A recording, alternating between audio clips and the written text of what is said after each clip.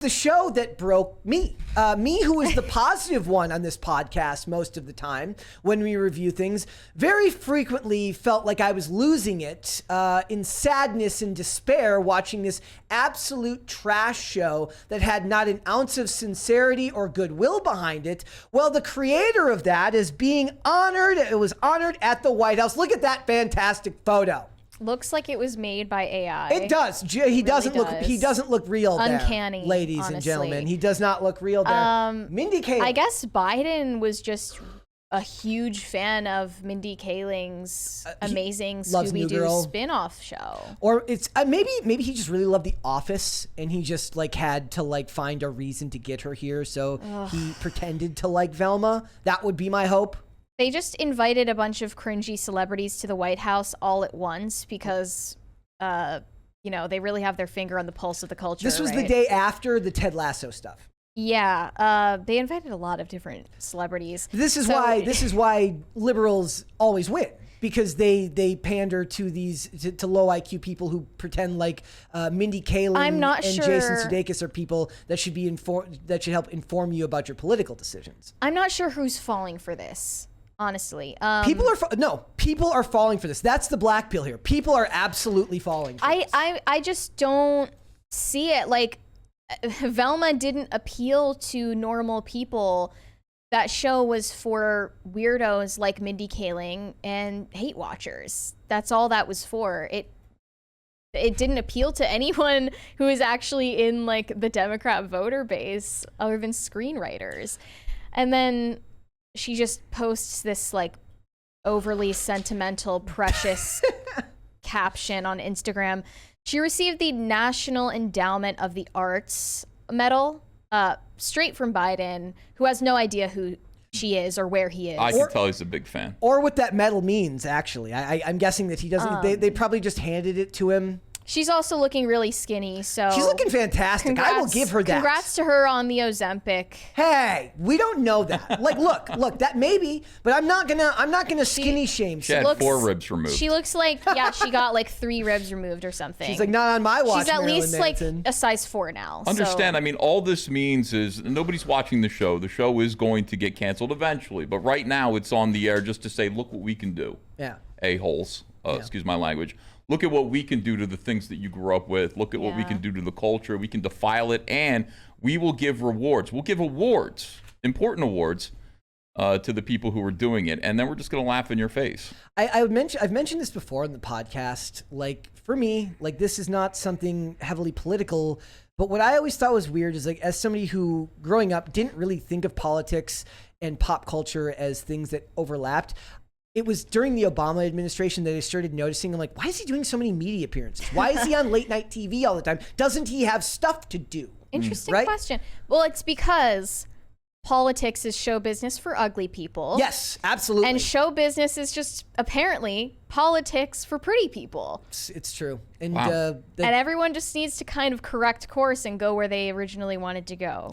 It's weird for this because, like, I just can't imagine. Like you said, I do believe that there are people that like that show. I do believe that there's stupid people that like that show that don't understand the culture war or what's going on right now, that just see it as the same type of. You think there are people who like Velma? You really do? I believe there's at least 3 of them. Nothing. I believe there's at least 3 or 4 people, 3 or 4 people who like it, who they don't need to understand go to therapy. who don't understand the cultural implications of this, who just think of it as the same crude humor that used to exist on Adult Swim back in the day, not understanding that we are at a state in our culture right now that's far different than it was in the early 2000s. I don't know. I think it's a hateful show. It's absolutely hateful. It really it hates its audience. It hates you. It hates Scooby-Doo. It even hates. I seriously, I think that the cynicism in pop culture really has never shined the way that it's shining right now with something like this. And to see her getting a medal. Is this medal for Velma? What is the medal for? No, the medal is for Mindy Kaling for her contributions to the arts. Which are what? Which are Velma and New Girl and a crappy role in The Office 2 decades ago. The Mindy Project. Not New Girl, the Mindy Project. Look, the other thing is, it's funny that you mentioned that, because when I try to describe to people why I have such an affinity for older shows, it's exactly what you said. They don't feel hateful. They can do shows that tell you the exact same storyline. Any post-apocalyptic show from the Sci-Fi Channel in the early 2000s could be interchanged storyline-wise oftentimes with the modern-day dystopian shows. They just don't have a cynical approach to the world in the same way. The characters are made endearing. They're likable. They have flaws, but they're not done it's not done in a socio-political manner. And nothing that's made today, especially in genres, like you said, Mary, like sci-fi, like genre television, like fantasy, things where there's cultural territory to be gained, none of that is done that way because it has to be done either cynically or with an eye for gaining traction in the socio-political sphere. Representation. I mean, representation is the most destructive thing to the arts. Yeah. Because you can't have a character, you can't have an Indian female character that has any flaws whatsoever. You're saying it's representation. It has to represent all Indian females. And therefore, you do not want to insult them. Actually, in that show, I would say it's the opposite. I would say that no Indian female would want to be represented the way that Velma's represented in that show. Well, Mindy Kaling does. Well, That's why she race swapped she's Velma bad then. as a self-insert, which was obvious. I mean, I think it's bizarre. It's very jarring that we have the cynical, hateful tone of Velma contrasted with her, overly precious love and light mentality about being invited to the White House. You're literally getting rewarded for spreading more racial and other, social division in this country. Just the way they treat, and what's his name in that show? Laughable. Fred. The way Fred's Fred a is complete treated. moron Dude, who doesn't know how to Fred use is silverware. literally Hunter Biden. As she twerks over Fred's dead mom's It's body. like laughable to me that Hateful. Mindy Kaling genuinely believes Joe Biden knows who she is or has watched or read anything she's ever done. She said, "I'm still processing how to receive this news. Yesterday, I went with my family to receive the medal at the White House, to hear the president speak about my parents, their journey to the U.S., my late mother's dreams for me, and the power of comedy to make people understand each other." Was almost too much to take in. But here's the thing. It didn't feel real. I was sitting next to Gladys Knight. I guess I just want to express my heartfelt gratitude to the POTUS account and Kamala Harris. She's just as fake as he is. She knows that he doesn't know who she is. She knows that some staffer wrote that for him. She just understands that she's playing her side of the game. Also, there's a $20 one there. Oh, yeah, but Trump said, okay, I've been missing out. I'm going back. Wait, what is this? Tim might be in danger. Tim might be in danger of losing people to y'all. Fantastic show. And as I said, I will go back and watch all of these. Great pairing. Didn't know y'all had guests too. Awesome work. Make sure you let Tim know that he's in danger of losing an audience to us. Maybe he'll do better. Yeah, do better. What do you think Mindy Kaling's favorite Gladys Knight song is? Do you think she's ever listened to Gladys Knight in her life? Maybe. The better question would be like, what does Mindy Kaling listen to when she's writing her hateful TV shows? I actually didn't know. What do you think she listens to? Is it Gladys Knight and the Midnight Train to Georgia? Is it any of that? Can you scream? Thank you, guys. I think that's too earnestly creative. I think she listens to dubstep. Dubstep. I bet you she listens to dubstep while She listens to Sam Smith. Yes. There you go. There you go. She listens to Unholy while she's making her It's horrible stuff. So mind-blowing that she feels more of an obligation to honor this award she got from the president than honor an audience that supports her work. Yep. Because she said, I promise to spend the rest of my life earning this medal because I don't feel like I've earned it yet. Meanwhile, when she hasn't earned it yet, so she's right. When she vomits this absolute shit show of a spin-off onto us, the public, expected to consume it, then it's, if you don't like it, don't watch it, bigot. Like, you feel more of an obligation to Joe Biden than to the people who literally pay for you to be celebrated like It's this. because all of these things are owned by companies that are so massive that It's there's no failing upwards. they fail upward, but also there's no repercussions for them, right? Like, and the other thing is we talk a lot about how in network TV you had to worry about getting canceled all the time. Now they get hired for one season, that one season gets made, they get paid no matter what. They don't have to worry about, like in comics, theoretically they should be worried that they're not going to get the next issue. They just canceled Tim Drake's Superman, right? Like they should understand. They should treat each issue as if it's the last issue they might have, but they don't do that. It makes no sense. Makes no sense whatsoever. But just remember, you can fail upward and you can get an award. I bet you Victoria Alonso will get an award later this week. When someone this mediocre, not just mediocre, she's below that, is Also, astroturfed and artificially propped up like this, it's so disheartening because there are so many deserving creators who don't feel any of this type of animosity to their viewers, and they don't get shit. They gave an award to Julia Louis-Dreyfus, which, whatever you think of Veep, Yeah, she was there too. Seinfeld was a cultural touchstone for our country. They just Right? kind of like closed their eyes and threw darts at a dartboard and invited whoever they hit. I like that, actually, that like they give Joe Biden a dartboard and then just they all have to get out of the way so he doesn't throw the dart at them. The Velma might have been created just for this moment. I mean, this could just be it. Again, remember, it is all about the culture war. It's all about just advancing, women and minorities and gays in the arts. And so Velma probably was an afterthought. It's awful. It's terrible. Just so that there could be this moment where Joe Biden was standing next to a creative, I think, Indian woman with a medal around her neck. So he looks super, diverse. Very and progressive. What a guy. I did say Tim Drake Superman. Yes. I didn't call you out on that. Yeah, thank you. No, you should have. Tim Drake is Robin, Yes, and he, I know. Yeah. bisexual Robin. Yep. Canceled. Pretty sure Reese Witherspoon was there. I don't know. What is the meaning? Well, no, of Bruce this? Springsteen was there as well, Bruce and everyone Springsteen. knows that he had his issue with Spotify listeners after what happened with Joe Rogan. I mean, Did he really? Did he say take me off He of was Spotify? gonna, yeah, I think he went back on it though. Oh. I think he ended up going back on it. Yes, thank you. Yes, thank you for calling me out. I appreciate it, guys. That is right. A lot of times, like I'll go back when I'm editing, and I'll be editing something that I'm saying. I'm like, what the hell was I saying? Like, I do an overdub Yeah. of. Well, also like when you're listening to something of somebody else, you're like, it's very easy. Like when you catch it, like when somebody else makes a mistake, but then like when you make it, like a lot of times it's like, why? How the hell did I not catch that in the moment? Right. Like what you're saying. I should actually make a supercut of like times when I've said something like by accident. That'd be good. sorry, I'm just losing my mind kind of looking at this comment section. Yeah. Like I want to live on the same plane of reality as other people.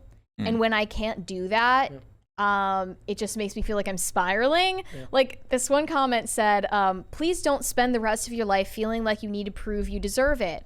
That attitude is what kills all of us Black and brown women as we work harder than everybody else, way past the need to prove ourselves, while so many mediocre white men cruise by at the top while living a life of recognition, leisure, and basic work. You have long well deserved this. It's literally the opposite. Yeah. Well, You are getting invited to the White House for being a mediocre POC woman, and you created mediocre or below that work. You're the one that's cruising by to the top and failing upwards. No matter what you do, you can't fail because of your identity and the social cachet you carry by openly extending your vitriol to white men. yeah. The mediocre white men who created Scooby-Doo. Yeah, like you're literally working you off ruined. of the backs of giants. Of giants, Yep. yeah. Yep, and that is the more annoying thing about it, right? Is they never pay actual homage to the original material because they see it as a stepping stone for them, and it would actually detract from them to act. They always pretend like they do. The press releases always say that they're going to pay certain homage to the original material, but they never actually do. Not putting Scooby-Doo in it proves that you didn't actually care about the original. I'm ready to absolutely salute Mindy Kaling when she actually creates something worthwhile herself, something new, rather than ruining things that other people love. All of these diversity hires these people who are in the media for being diverse and getting awards. Create something new. Don't just ruin Star Wars. Yeah. You Lord also of the get Rings. so much more goodwill from people when you create something new.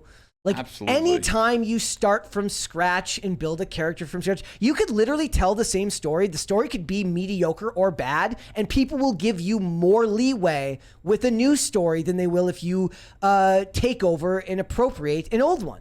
It makes no. It actually does. 100%. It's what they're doing with the Little Mermaid.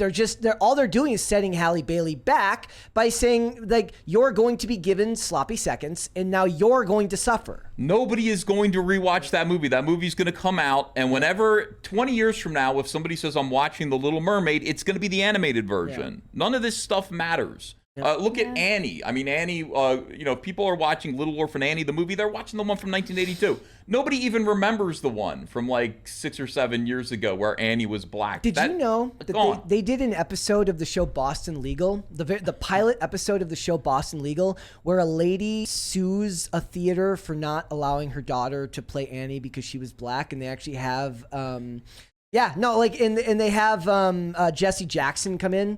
And makes like a guest appearance to like protest it and everything, because in the show they've got James Spader plays like the liberal attorney, and then they've got so they've got a liberal attorney, they've got one that's more conservative, and it's really interesting because in the show it's not portrayed that way, and they talk about it as if it's like the mom's like, it's offensive that they wouldn't allow my daughter to be Annie because she's the best of the singers. And they actually point out in the court case, he says like, well, she's adopted, so this could actually work.